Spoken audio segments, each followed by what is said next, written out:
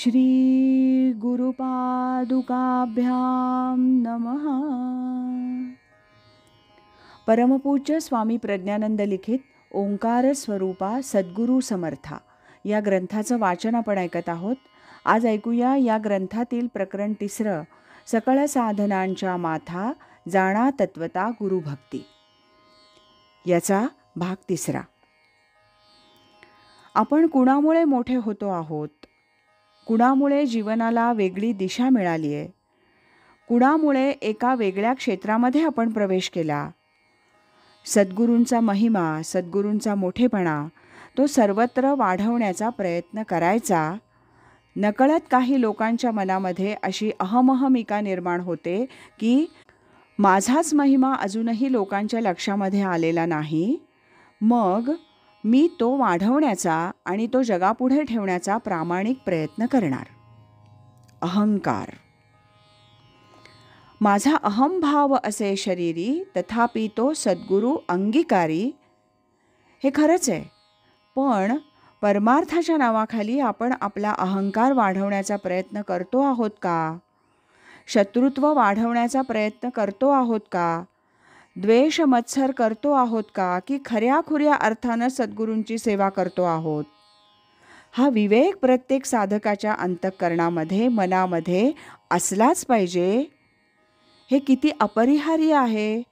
हे सगळे जे गुण सांगितले ते सगळे गुण अपरिहार्य सावलीसारखे तुमच्याबरोबर असले पाहिजेत. ज्ञानेश्वरांनी वर्णन केलं आहे, राव तेथे कटक. राजा असेल तर त्याच्याजवळ सैन्य असलंच पाहिजे. सैन्य नाही आणि राजा म्हणून मिरवतोय, त्या राजेपणाला काही अर्थ नाही. सामर्थ्य संपन्न तो असला पाहिजे, त्याचा धाक प्रजेवर असला पाहिजे, प्रजेवर प्रेमही असलं पाहिजे. शत्रूला त्यानं नामोहरम केलंच पाहिजे. राजेपणाची म्हणून काही लक्षणं आहेत, ती नाहीत आणि राजा म्हणून मिरवतो आहे, हे चुकीचं आहे, विपरीत आहे. तसं सौजन्य तेथे सोयरीक.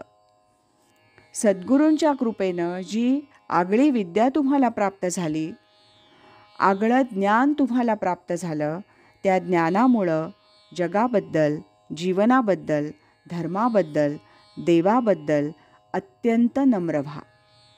नम्रतेशिवाय जीवनाचा विकास होत नाही. सौजन्यपूर्ण जीवन जगण्याचा प्रयत्न करणं हा सुसंस्कृतपणाचा अविभाज्य असणारा असा घटक आहे.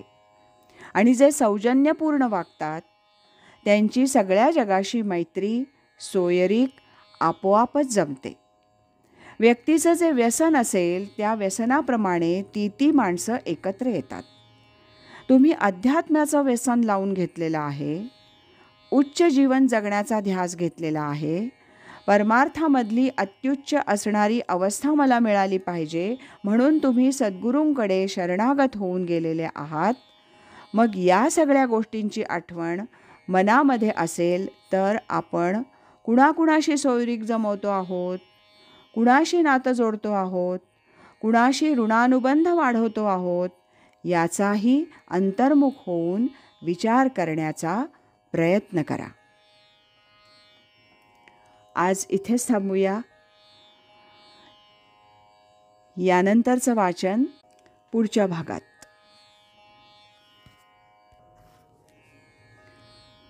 राजाधिराज श्री सद्गुरुनाथ महाराज की जय.